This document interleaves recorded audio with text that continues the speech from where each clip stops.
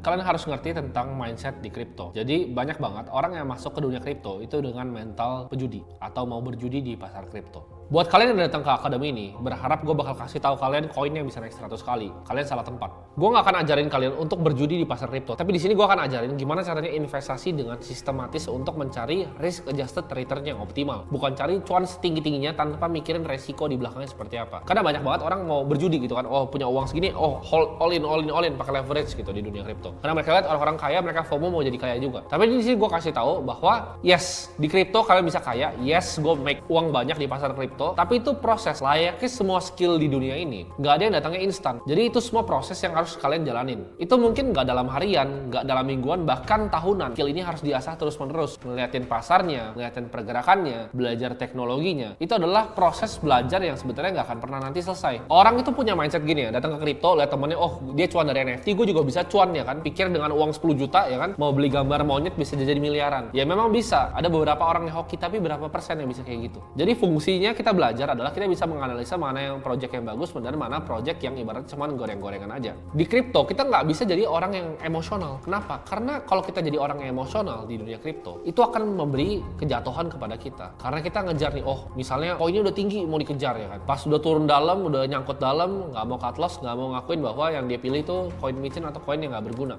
Nggak ada utility-nya, cuman FOMO-FOMOan retail aja. Banyak orang yang terjebak di dalam FOMO, di dalam kripto ya. Karena memang industri ini dibikin kayak untuk FOMO. Jadi orang tuh di FOMO-FOMOin terus. Orang dari Twitter, oh ini pump nih 2021, SafeMoon ngepump, Doge, Elon Musk nge-tweet ya kan, Shiba Inu. Ini memang industri yang dibuat dari FOMO. Dan kalian nggak boleh FOMO di industri kripto. Gue kasih contoh gini. Kalian misalnya mau naik kereta ya, lo berangkat pagi dari rumah. Dari rumah ngopi dulu kan ya, santai. Nyetir nih, tiba-tiba di jalan kalian tuh lumayan macet. Wah udah mulai keringetan kalian. Kayaknya ketinggalan kereta nih. Begitu kalian sampai, kalian lihat nih, begitu kalian nyampe di stasiun ya, kereta kalian udah jalan. Nah kalau kalian orang normal, apa yang kalian lakuin? Ya mungkin kan sedih itu ketinggalan kereta. Cuman apakah kalian akan turun ke relnya, kejarin keretanya, atau kalian tunggu kereta selanjutnya? Ya pasti tunggu kereta selanjutnya. Kenapa? Karena pasti selalu ada kereta berikutnya, walaupun nunggunya misalnya bisa lama gitu, 5-6 jam. Nah tapi kenapa di kripto, kalian lihat di token nih, udah terbang ke atas, kalian kejar. Kalian nggak lari-lari di rel kereta kan, ngejar keretanya. Tapi kalau kripto, kalian lari-lari tuh kejarin kriptonya. Begitu kalian ditabrak sama kereta yang di belakang, habis kalian. Selesai. Jadi itu yang kalian harus pikir,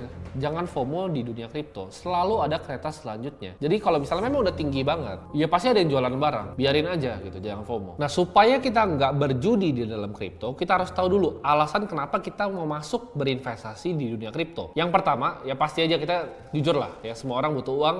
Ya orang banyak terjun ke kripto untuk mendapatkan uang. Seperti sebagian besar orang, termasuk gue pribadi. Dua, karena kita percaya kalau bisa berinvestasi, kita berinvestasi di sesuatu yang undervalued. Karena kita percaya, oh market cap kripto masih kecil banget nih. Bahkan total market cap kripto itu sama dengan total market cap Microsoft. Wah, masa semua kripto tuh cuma kayak satu perusahaan gitu kan. Jadi kalian ngerasa, oh ini aset yang masih undervalued dan ini masih bisa dibeli.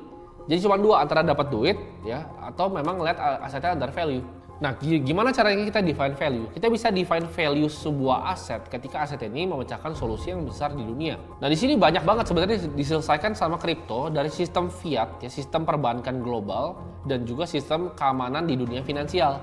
Yang tadi diselesaikan dengan digital signature, hash functions, the blockchain. Jadi banyak banget sebenarnya problem yang dulunya nggak pernah terselesaikan dengan adanya kripto itu bisa selesai.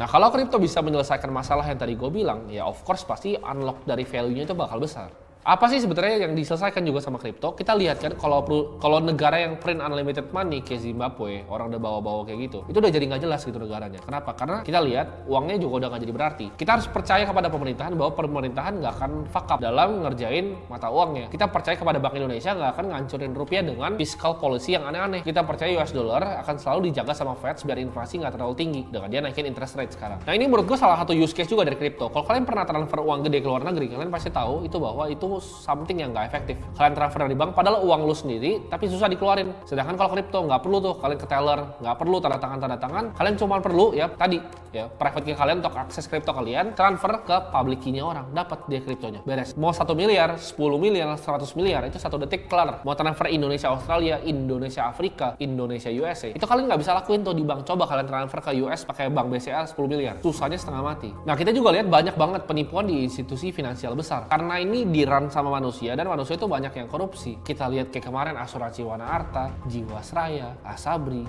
dana pensiun yang sebesar itu bisa dikorupsi. Nah, hal ini kalau ada kripto, ini nggak bisa dilakukan. Jadi kita di kripto itu nggak perlu percayain uang kita ke pihak ketiga apapun, ya misalnya perbankan, ya sistem perbankan moneter. Kita nggak perlu percayain kepada pemerintah. Kita cukup percaya kepada diri kita sendiri dan kemampuan kita untuk menyimpan kripto kita sendiri. Karena balik lagi, semuanya bisa diaudit dan semuanya bisa diverifikasi. Nah, supaya kalian lebih ngerti tentang mindset yang lebih luas di kripto, kalian harus ngerti yang namanya korelasi, ya. Jadi apa definisi dari korelasi? Korelasi itu adalah ketika dua atau lebih aset itu punya hubungan antara satu dengan lainnya. Nah, ini yang bikin orang tuh sebenarnya punya gamblers mentality di kripto atau mindset berjudi. Karena mereka nggak ngerti fungsi dari korelasi ini. Maksudnya apa? Mereka pikir nih, oh gua ada lihat altcoin nih bagus nih ya. Ini koinnya bagus. Kayaknya ini kalau Bitcoin turun pun altcoinnya bakal tahan. Mereka nggak sadar bahwa backbone dari cryptocurrency itu adalah Bitcoin. Semua aset kripto, altcoin apapun, mau use case-nya lu mau dari DeFi, Metaverse, Decentralized Exchange, itu pasti ada hubungannya harga tokennya ketika Bitcoin turun. Itu adalah namanya korelasi. Jadi banyak yang delusional. Mereka pikir, oh koin gue paling bagus nih. Misalnya yang XRP maksimalis gitu. Oh Ripple nih nggak bakal turun meskipun Bitcoin turun.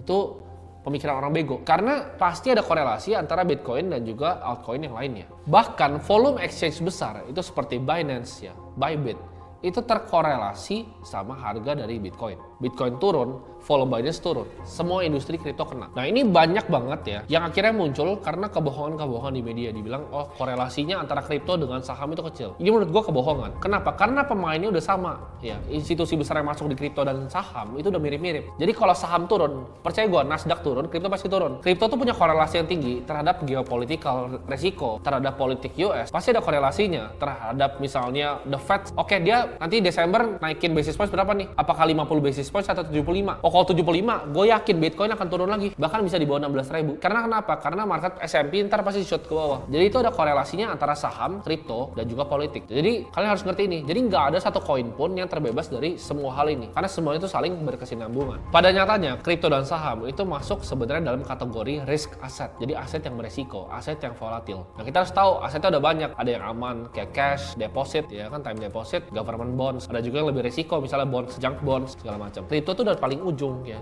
dari resiko. Jadi bahkan di atas venture capital atau private equity. Nah, mereka itu selalu bergerak bersama. Dan itu adalah siklus dari sebuah market. Nah, di sini nextnya gue akan ajarin kalian gimana caranya kalian ngelihat siklus di market dan kapan untuk pindah-pindahin aset kalian. Karena semuanya itu saling terkorelasi.